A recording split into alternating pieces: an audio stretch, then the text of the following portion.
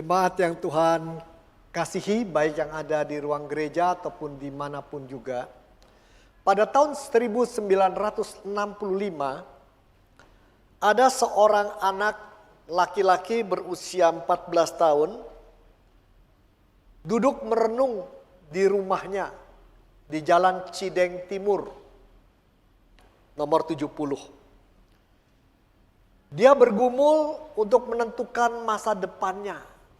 Di satu pihak dia ingin menjadi dokter. Tapi di pihak lain, dia menemukan satu ayat di dalam Alkitab yang membuat dia galau. Ayat itu berkata, carilah dahulu kerajaan Allah dan kebenarannya. Semua akan ditambahkan kepadamu. Di tengah pergumulan itu yang sudah berhari-hari, tiba-tiba pintu rumahnya diketok. Muncul seorang laki-laki, mungkin usia 30-an, namanya Bapak Rigo, orang dari Sulawesi, dekat Kowali di sana. Pria itu datang ke rumahnya untuk menawarkan Alkitab, jualan Alkitab. Mungkin orang itu sedang dalam kondisi pelatihan dari gerejanya. Dan salah satu pelatihannya adalah pergi ke tempat yang baru menawarkan Alkitab. Dan anak itu berkata, bapak saya sedang di penjara, ibu saya jualan kue, untuk makan tiap hari sudah susah. Apalagi beli barang ini, mohon maaf. Tapi karena bapak membawa Alkitab, izinkan saya bertanya, apa artinya carilah kerajaan Allah lebih dahulu.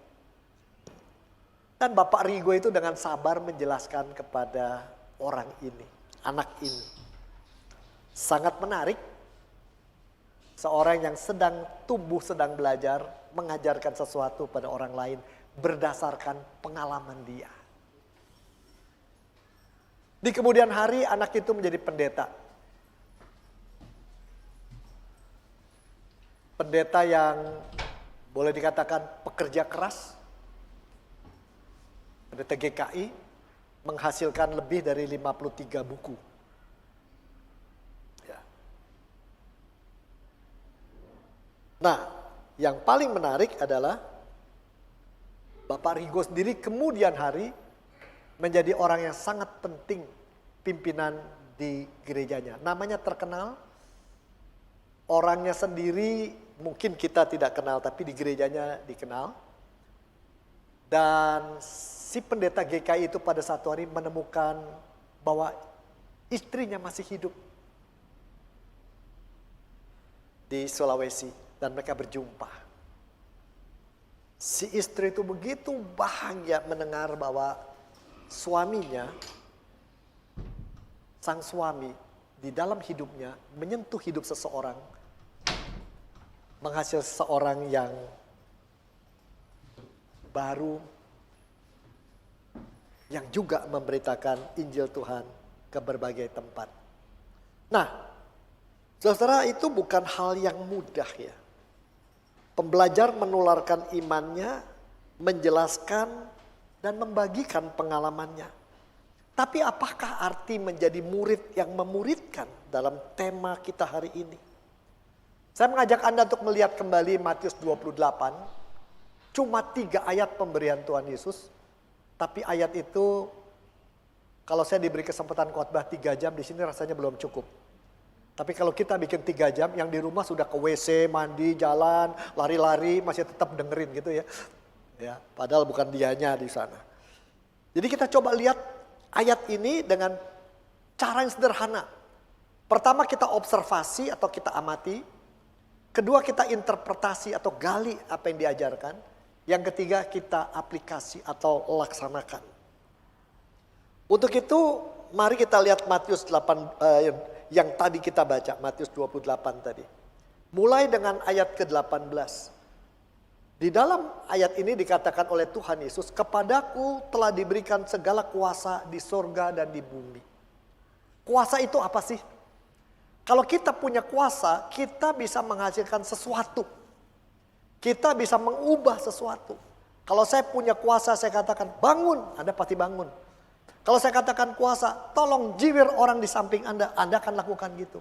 Karena kuasa ini punya dorongan pengaruh yang besar. Ya, kuasa pengaruh yang besar. Kalau di rumah saya, orang yang paling berkuasa adalah anak saya yang paling kecil. Wajahnya memang ganteng. Lihat aja foto pendeta Coatek di sini. Itu kembaran wajahnya persis. Memang dia cucu keponakan. Ya. Nah, sangat menarik. Kalau dia sudah ngomong, papi maminya termasuk saya diam, nurut. Kenapa? Kalau dia ngomong, dia sadar lakukan. Jadi kalau rumah kami berantakan, dia katakan, kalau barang sudah tidak diapa-apakan selama 3 bulan, berarti tidak ada artinya. Saya akan buang kasih orang lain. Mula-mula kita pikir itu cuma ngomongan biasa. Tapi satu hari maminya kehilangan piring, sendok, dan lain-lain. Yang menurut dia udah kebanyakan di rumah, udah keplek-keplek, kasih orang aja. Kebetulan ada orang-orang rumahnya kebakaran, di kampung dia bagikan. Setengah harta maminya hilang, harta dapur. Sejak itu dia punya kuasa. Kalau dia bilang, mami, koran tidak dibersihkan dalam 2 minggu, artinya boleh dikasih orang. Maminya buru-buru rapi. Itu namanya kuasa, saudara-saudara. Jadi pertama, kalau Tuhan Yesus berkata, kepadaku diberikan kuasa, artinya sesuatu bisa terjadi dengan kuasa itu. Tanpa kuasa kita tidak jadi apa-apa dalam hidup. Berarti kata-kata Tuhan Yesus itu berarti kita di dalam hidup ini, Anda dan saya bukan penonton yang cuma nonton aja, bukan turis, bukan pecundang. Tapi kita ya bisa hidup dalam kuasa Tuhan dan hidup menunjukkan kuasa Tuhan yang ada di dalam diri kita dan jadi pemenang. Loh, kenapa berani ngomong gitu, Pak? Yohanes 1 ayat 12. Kepada yang mereka percaya dalam namanya, diberinya kuasa menjadi anak-anak Allah. Anda kan percaya pada dia, toh? Berarti ada kuasa di dalam hidup Anda. Walaupun hidup kita susah. Walaupun hidup kita tidak berjalan selalu menurut yang mau kita inginkan. Tidak selalu yang kita inginkan. Tetapi ada selalu kuasa yang luar biasa. Ini pertama sebenarnya di balik kata-kata itu. Berarti ketika ditugaskan kita memuridkan orang, kita akan berjalan bersama kuasa Tuhan. Dan siapa yang mematuhi kehendak Tuhan akan mengalami kuasanya secara luar biasa. Dan di dalam hidup dia punya sesuatu yang orang lain tidak alami. Yaitu apa? Sering dibuat takjub dan terpesona oleh kuasa Tuhan. Anda pernah pasti ada di antara Anda yang mengalami. Dibuat terpesona oleh Tuhan, bukan? Ini observasi pertama. Yang kedua, setelah kata kuasa Tuhan berkata, karena itu pergilah, jadikan semua bangsa muridku. Saudara mengatakan pergilah ini tidak gampang. Pergi itu artinya kita meninggalkan tempat di mana kita biasa. Pergi itu berarti meninggalkan hal yang sudah biasa bagi kita.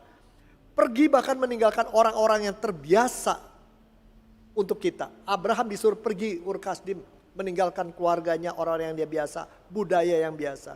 Pergi berarti melangkah menuju satu arah yang jelas dan ada resikonya. Barangkali kesulitan terbesar orang mau berkat Tuhan, orang mau menginjili, orang mau mengalami kuasa Tuhan, tetapi tidak mau pergi meninggalkan sesuatu yang dia sudah biasa dan dia sudah nyaman. Ruang nyamannya. Kita mau terima berkat Tuhan, kita mau terima kuasa Tuhan, kita mau merasakan takjub, tetapi kita tidak berani meninggalkan tempat nyaman kita. Saya tidak mungkin ada di sini kalau saya tidak pergi meninggalkan rumah saya tadi pagi. Gak mungkin gitu ya. Dan ini pergi itu ada risikonya. Dengan saya pergi, risiko yang paling berat yang menderita saat ini adalah 2 anak saya, Kevi dan Oreo yang belum sempat saya kasih makan. Dua-duanya anjing. Pergi berarti ada harga yang mesti dibayar, saudara-saudara. Nanti kita lihat itu tidak mudah untuk pergi begitu. Seperti Pak Paulus Rigo meninggalkan desanya di gunung sana. Masuk ke kota Palu apa ya, terus ke sini. Berapa beratnya? Pergi tidak mudah. Bahkan saya ingat seorang yang begitu dekat dengan saya, dia manggil saya Papa. Pada usia 37-an barangkali. Meninggalkan posisinya di sebuah sekolah dengan gaji puluhan juta. Wanita single, cantik, pintar, sempat belajar di STRII, sempat menjadi orang penting di Universitas Ciputra, tinggalkan semuanya untuk berangkat masuk ke Indonesia Timur, ke Soe, ke desa kecil. Pergi meninggalkan kenikmatan kadang-kadang. Barangkali kesulitan terbesar di sini buat kita ya. Saya nggak tahu Anda pernah ngalami itu. Kita mau terima berkat Tuhan, kita mau dibuat heran oleh Tuhan, kita ingin mengalami cinta ke Tuhan lebih penuh. Cuman kalau suruh ngerubah, meninggalkan apa yang kita udah biasa, kita nggak mau. Betul nggak? Saya begini orangnya, udah nggak bisa diapa-apain. Ini cara saya, nggak bisa, udah kebiasaan gitu ya. Kalau saya marah tuh gebrak meja misalnya, itu udah dari dulu. Kakek juga gitu, engkong juga gitu. Itu nggak bisa dirubah, itu karakter saya. Karakter apa dosa turunan? Orang seringkali tidak mau diubah, itu problemnya. Tapi mari lihat hal yang ketiga dari firman Tuhan ayat 19. Karena itu jadikan semua bangsa muridku. Dan baptiskan mereka dalam nama Bapa, Anak dan Roh Kudus. Murid itu kan orang yang mau belajar. Ya, mau belajar. Murid itu orang yang mau nambah ilmu, nambah hal baru, tapi juga membuang hal yang usang. Dan ini tidak mudah. Menambah hal baru, membuang hal yang usang. Murid itu orang yang terus berelasi dengan gurunya. Dan rela ditransformasi atau diubah. Sehingga menghasilkan prestasi nyata. Dan itu tidak mudah. Ya, dan ini tidak mudah. Keempat, murid itu juga harus belajar tadi katakan. Karena itu dikatakan ayat ke-20, ajarkanlah mereka. Itu tugas yang Tuhan percayakan pada kita. Ajarkanlah mereka. Ajar itu, mengajar orang itu tahapnya beberapa ya. Dari orang tidak sadar sesuatu jadi sadar. Udah sadar jadi ngerti. Dari ngerti tertarik. Udah tertarik lalu melaksanakan dan jadi kebiasaan. Jadi jangan cepat ngarepin, saya sudah ajarkan dia, saya sudah injili, kok dia tetap gak mau berubah. Gak semudah itu saudara-saudara, butuh waktu.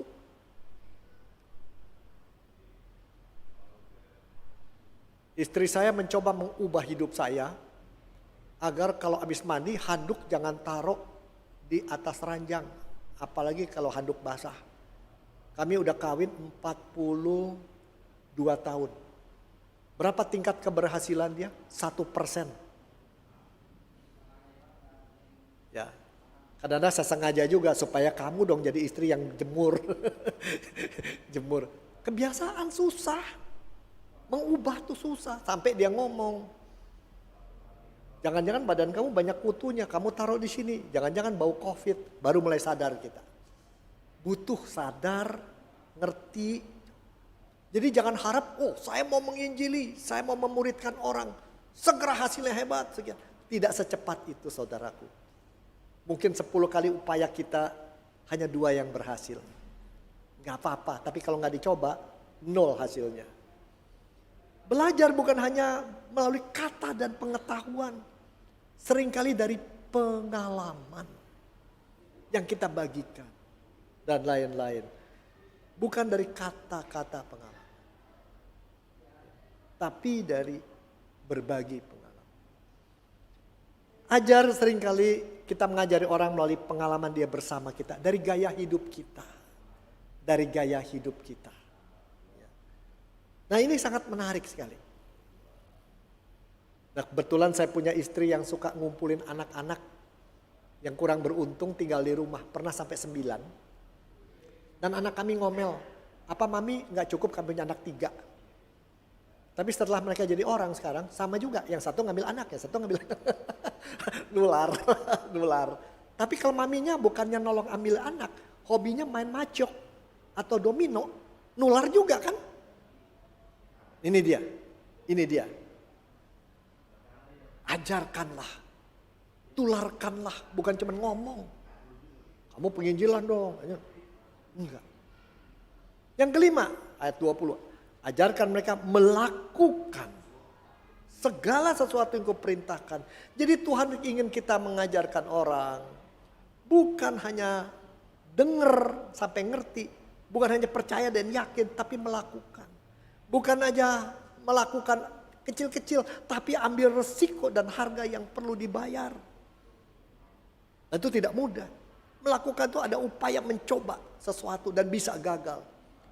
Menarik sekali kalau dilihat ini. Dan satu lagi, ya, dan ketahuilah aku menyertai kamu senantiasa sampai akhir zaman. Kenapa dibicarakan penyertaan? Sebab saudara-saudaraku, ketika kita mau ikut Tuhan, seringkali itu berjalan yang sepi. Orang gak ngerti kita. Lebih enak beragama aja. Kalau beragama aja datang ke gereja, kasih perpuluhan, nyanyi. Udah, pulang ya pulang. Ya, hanya manis di gereja gitu kan. Kristen di gereja. Di luar lain lagi kan. Apalagi kalau dagang, bohong jalan terus gitu ya. Kan itu dunia sekuler katanya. Dan kalau orang mau mencoba membawa Injil ke tengah dunia kerja, hidup keluarga, tetangga, gak gampang loh. Apalagi kami pendeta. Galak sedikit sama anak, pendeta marah-marah. Anak-anak pinter tuh, kan khotbahnya kemarin katanya mengampunan. Kok saya dimarahin lagi, uang jajan dipotong. Anak-anak pinter tuh, nah ini menarik. Dan saudara, karena itu siapa yang sungguh-sungguh ingin memuridkan orang lain, membawa Injil dalam hidup sehari-hari, hidup dengan kuasa dan kasih Tuhan, seringkali menjalani jalan yang sepi, tidak mudah. Jadi barang aneh. Tetapi karena itu Tuhan tahu kau tidak sendiri. Aku mengawal kamu, aku menyertai, aku melindungi. Justru inilah yang luar biasa. Tuhan tahu sulit memuridkan orang lain dan menjadi murid aja susah. Memuridkan orang. Tapi kata kuncinya kan satu. Kita merasakan cinta kasih Tuhan berarti kita harus mengalami perubahan. Baru bisa merubah orang lain. Dengan kuasa Tuhan. Kita gak mungkin mengubah orang lain kalau kita sendiri tidak berubah. Betul gak? Pikirkan di rumah sama anak. Sama pasangan. Ya, sama pasangan.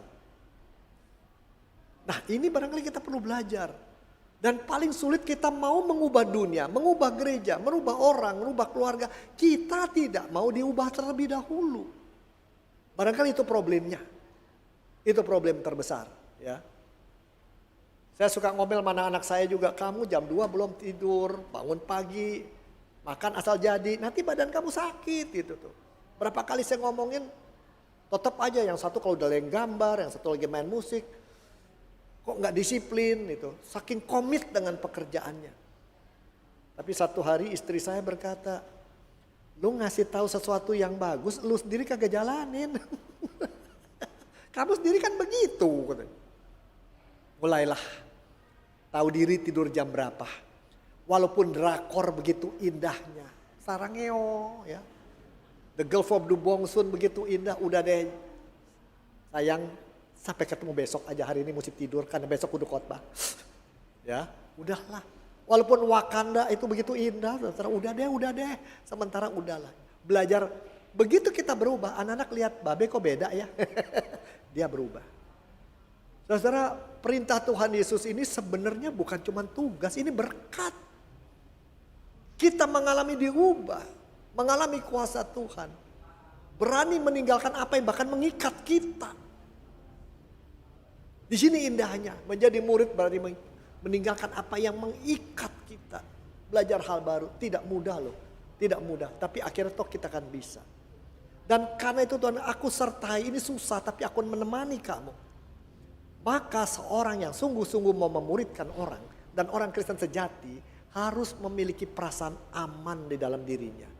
Bahasa Inggrisnya secure feeling, security feeling. Banyak orang tidak merasa aman terutama di zaman modern. Kalau tidak punya prestasi, prestise, power, dan segala macam itu, merasa semua, kok saya kalah sama orang lain, kok rugi sama dia, dia lebih pintar dari saya kalah gitu. Apalagi orang tua akan ngadu-ngaduin anak.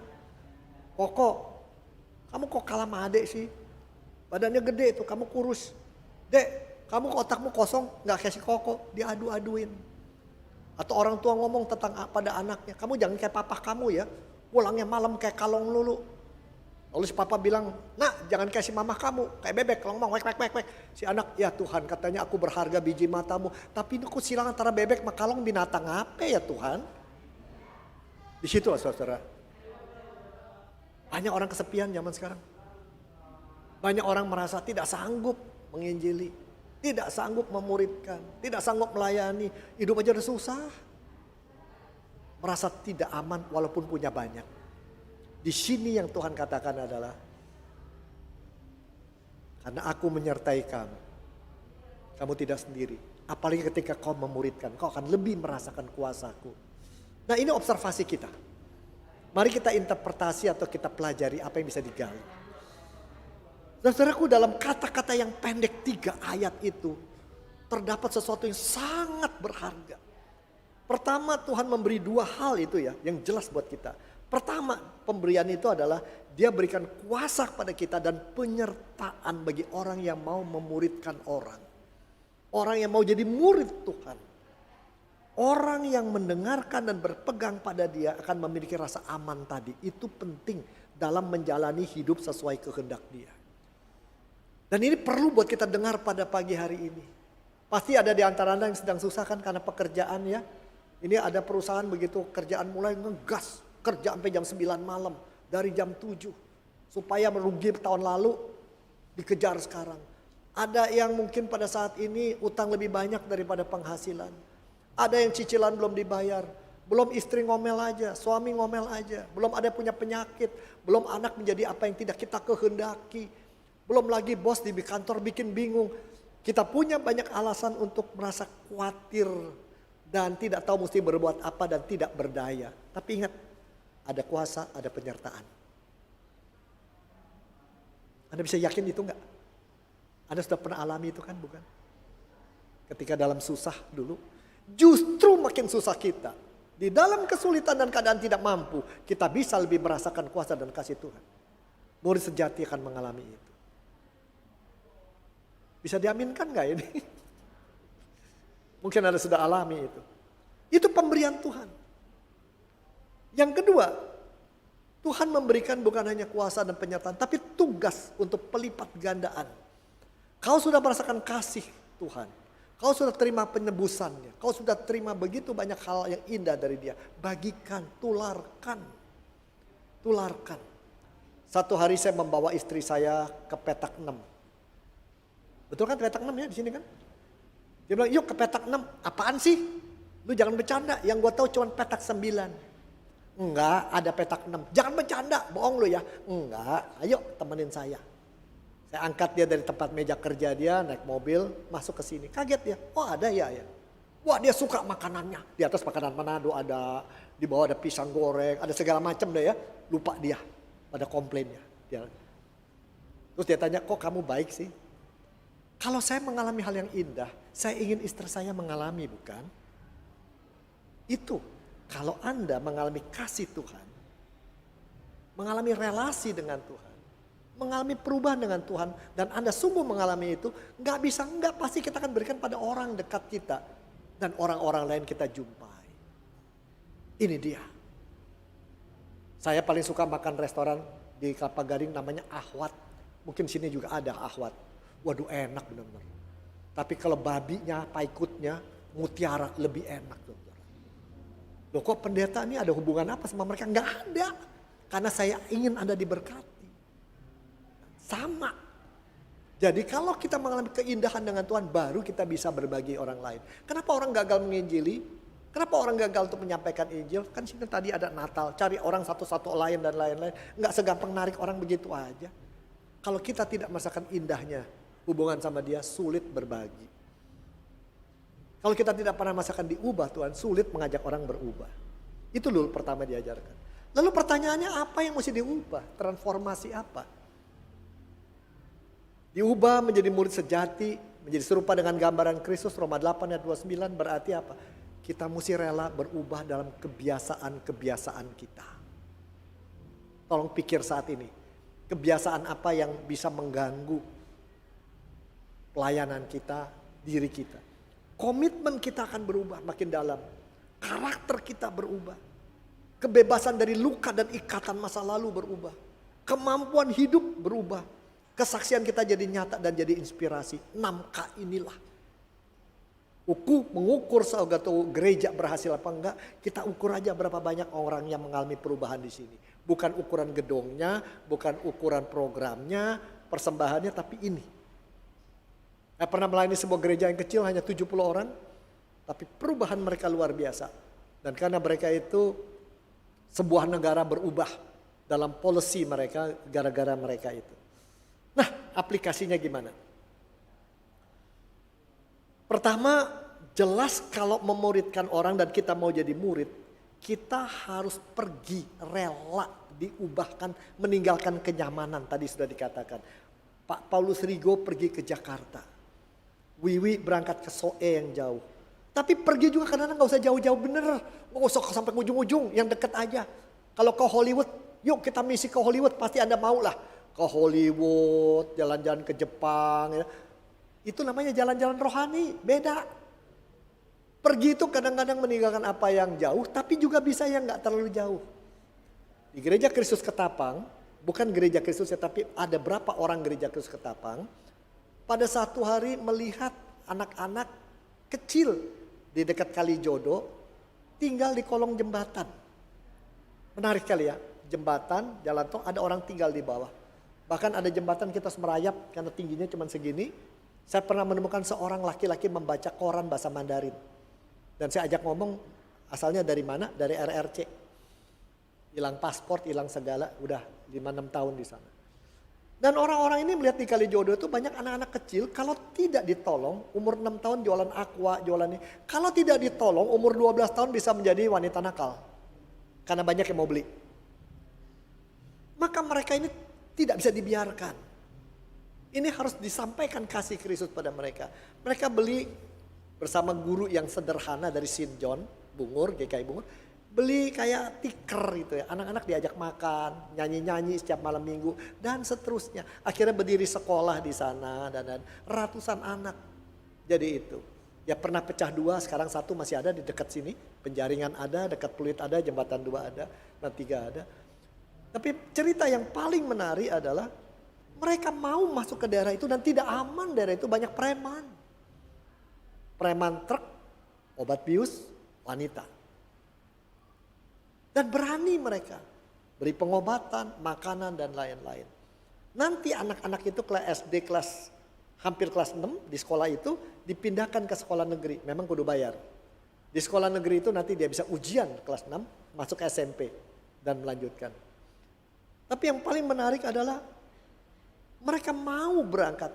Siapa? Orang-orang kaya-kaya yang menolong itu? Tidak. Punya duit kah? Enggak. Dibantu gerejanya? Enggak juga. Tapi udah jalan lebih dari 20 tahun. Sangat menarik. Dan ini adalah luar biasa. Keberanian kita membawa. Itu salah satu pergi. Pergi berarti juga pergi ke dunia sehari-hari. Di dunia bisnis kita, di dunia kerja, di antara tetangga dan lain-lain. Ya, jangan pisahkan. Oh itu dunia sehari-hari, ini dunia kudus. Ini rohani, itu jasmani. Justru di dunia jasmani, tunjukkan bahwa kita anak rohani Tuhan. Itu aplikasi pertama. Karena itu pertanyaan saya, adakah sesuatu yang menghalangi Anda untuk ditinggalkan? Adakah sesuatu yang Anda tidak mau tinggalkan untuk melayani orang? Kadang-kadang kita punya kebiasaan atau pola pikir yang mesti ditinggal, saudaraku. Mama saya pernah berkata gini, lu berteman atau siapa saja boleh, jangan bergaul sama orang kek. Kenapa mah? Karena kita orang Hokkien. Baru saya tahu, saya bilang gitu. Bahasa Hokkien saya cuma tahunya Samsu Gosu aja. Ya. Nah saya bilang, orang kek kenapa sih? Perempuannya galak, tukang kerja. Lakinya main judi ayam sama main judi aja, gak bisa kerja. Bolui botalo katanya gitu. Itu kata mama. Mama tahu dari mana? Kata Oma. Oma tahu dari mana? Nggak tahu. Tapi kemudian hari ketika saya punya teman sahabat baik seorang kek. Yang Kristennya asal jadi atau belum Kristen. Mama saya biarkan. Tapi belakangan hari kita lihat. Dia bukan hanya percaya Kristus. Satu hari jadi majelis jemaat. GKI. dan sangat menghasilkan banyak hal. Dia juga memperkenalkan kita pada orang-orang Kristen lain. Dan saya bilang ke mama saya, gimana mah? Apa orang kek itu memang salah? Seperti mama gambarkan. Ahok kek atau bukan? Lebih bingung lagi. Saudara kadang-kadang mau melayani Tuhan, memuridkan orang, kita rela meninggalkan dulu sesuatu. Kita yang mesti belajar dulu. Kalau enggak kita menghalangi kuasa Tuhan. Sebaliknya kalau kita berani meninggalkan sesuatu itu, kita akan penuh mengalami kuasa dan kasih Tuhan. Mau apa enggak? Pikirkan dah. Pikirkan saat ini, renungkan apa yang kalau Anda tinggalkan, Anda ubah, Anda akan merasakan lebih banyak berkat karena kuasa Tuhan. Tolong dipikirkan. Yang kedua, jadikanlah mereka muridku katanya. Berarti harus ada hasil yang kentara nyata. Muridku berarti murid Tuhan. Tidak selalu orang kita perkenalkan pada Kristus masuk ke gereja kita. It's okay. It is okay. Yang penting dia kenal Tuhan. Ingat dia bukan punya. Belum tentu dia cocok sama gereja kita. Dan kita belum tentu cocok sama dia. Gereja lain mungkin lebih cocok. Betul nggak? Nah ini mesti kita. Seringkali kita perkenalkan orang pada Kristus. Setelah dibawa ke gereja nggak cocok. Orang nggak cocok sama dia nggak cocok sama kita. Tapi ada lain yang cocok. Lalu kita nggak mau tahu sama dia. Bukan begitu. Disinilah yang menarik. Jadikan mereka muridku. Berarti sekali lagi kita kawal ya, tumbuh. Kita dengan kuasa Tuhan menolong dia. Dan menjadi murid sejati buat kita dalam melakukan itu semakin merasakan penyertaan Tuhan. Karena terus terang lebih banyak susahnya dari gampangnya. Tapi begitu melihat satu saja kita terbuka dan kaget luar biasa. Dan lain-lain. Kita akan makin menyadari kita dikawal Tuhan dan terus disertai apapun terjadi. Sakit penyakit, masalah besar, kurang uang, Tuhan tidak pernah tinggalkan kita semua. Nah yang ketiga dikatakan baptiskanlah. Baptiskan ini adalah titik balik dalam hidup seorang. Kita tidak bisa membuat orang menuju titik balik kalau kita tidak mau mengalami titik balik. Sekali lagi, saudaraku, menjadi murid dan dimuridkan berarti kita akan oleh Tuhan diberikan berkat-berkat luar biasa. Sebenarnya itu, jangan hanya lihat tugas, ini adalah berkat. Kita akan dibuat heran oleh kebaikan Tuhan. Dan banyak berkat yang sebenarnya sudah dia sediakan kita tidak bayangi dan sudah ada. Kita dibuat takjub. Kalau nggak percaya, biarkan saya akhiri ini dengan sebuah cerita. Sekolah yang tadi saya ceritakan itu tidak merencanakan membuat anak jadi Kristen. Tapi supaya anak jangan jadi anak nakal lah ya. Jangan jadi wanita nakal. Dan pada satu hari ada seorang anak lulus SD masuk SMP. Udah di mana nggak tahu. Berapa tahun kemudian dia balik kembali. Dia katakan orang tua saya mau bercerai. Bapak-bapak doakan saya. Maka guru sana mendoakan. Didoakan habis-habisan. Hamba Tuhan di sana, Anda nggak percaya gajinya 1/3 daripada UMR. Ya cuman itu yang panitia dan yayasan dan saya terlibat sana yang bisa kami kasih.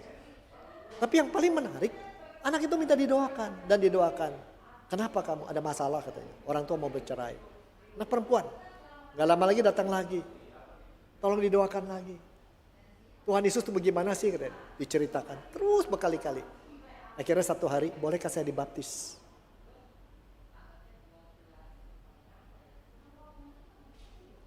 Ini daerah bukan daerah yang ramah pada orang Kristen. Apalagi sekolah Kristen. Kalau berani baptis, bisa digeruduk orang. Bisa digeruduk. Tapi yayasan dan orang-orang di lapangan katakan, demi satu anak ini kita rela hancur, gak apa-apa. Tapi panggil dulu ibumu. Anak tuh bicara sama ibunya datang. Ibu rela anaknya dibaptis. Ngomong bolak-balik, datang lagi ngomong bolak-balik. Setelah lama ibunya berkata, saya relakan anak saya dibaptis dengan satu syarat. Syaratnya saya juga dibaptis. Saya juga dibaptis. Kita sampai dan dibaptislah mereka. Dibaptislah. Tidak jauh dari sini saudara. Tapi masalahnya anak itu begitu sekolah dibaptis, kalau dia masuk ke sekolah negeri di situ, tetap dia diharuskan melakukan ibadah agama yang bukan kepercayaan dia. Dan dia merasa bersalah. Gak gampang loh. Ada sekolah-sekolah yang memaksa orang ikut agamanya. Maka kita mencari sekolah Kristen yang bisa menerima anak ini. Masukin anak ke SMA sekolah Kristen gak murah loh. Ini kita bukan ngomong BPK Penabur ya, sekolah sederhana. Tapi puji Tuhan, sekolah Kristen Ketapang bisa menerima. Dan anak itu menjadi salah satu anak terpandai. Cerita belum selesai. Bilang Tuhan tuh menakjubkan. Satu hari dia WA pada saya, Pak terima kasih untuk bantuan Bapak, bla bla bla bla. Ya saya bilang karena dulu saya pernah dibantu seorang namanya Paulus Rigo. Oh, saya cerita sama dia. Ingat tadi itu orang pertama yang 14 tahun yang ketemu itu saya. Dan saya ceritakan, saya melanjutkan apa yang orang lakukan pada saya. Pak ngomong-ngomong, saya mau bawa temen, dia juga pengen tahu Tuhan Yesus. Anak 14 tahun saudara-saudara. Baru jadi anak percaya setahun. Nah, saya ceritakan ini karena satu. Dia diberkati, kami yang terlibat sangat diberkati. Dan semua guru-guru sana diberkati. Maukah Anda berjalan bersama, mengalami berkat-berkat Tuhan? Sebab mungkin kita hanya hidup dengan 30% berkat Tuhan. Tuhan ingin memberi banyak. Menunggu kita. Menengadahkan tangan kita. Berarti kita katakan, ubahlah saya. Supaya berkatmu makin melimpah. Dan aku menjadi berkat buat orang lain. Kalau itu Anda katakan. Teduhkan diri Anda saat ini. Katakan pada Tuhan. Tunjukkan apa yang mesti kuubah. Berikan aku hari ini. Sentuhan kuasa Tuhan yang indah. Tuhan berkati Anda semua. Amin.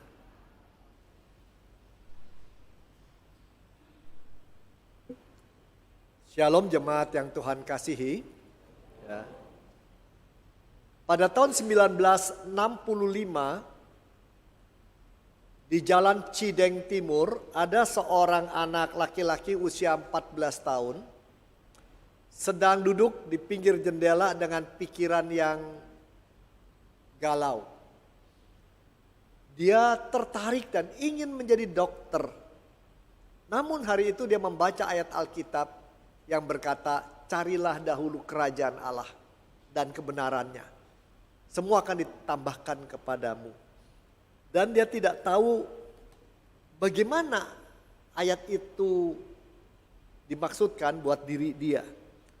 Dia sedang memikirkan masa depannya mau jadi dokter atau mau jadi apa.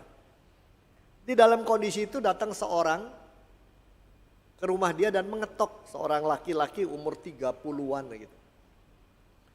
Dan laki-laki itu bernama Bapak Rigo, kemudian ternyata mengetok rumah itu untuk menjual Alkitab. Tetapi anak itu berkata, saya tidak punya uang, ibu saya hanya jual kue, juga tidak punya uang, makan setiap hari saja susah, uang sekolah pun seringkali ngutang. Kami tidak punya uang untuk beritu. Tapi kenapa Bapak jual Alkitab? Dan orang itu rupanya sedang dalam pelatihan menyampaikan Injil dengan menjual Alkitab. Dan karena dia bicara Alkitab, anak itu bertanya, apa sih artinya carilah kerajaan Allah dan kebenarannya? Dan orang itu menjelaskan tentang Tuhan Yesus dan lain-lain, dan anak itu kena. Dan saat itu anak itu menentukan dirinya, saya mau menjadi hamba Tuhan. Tapi saya mau jadi hamba Tuhan untuk melayani di tempat yang jauh atau di mana saya jadi misioneri.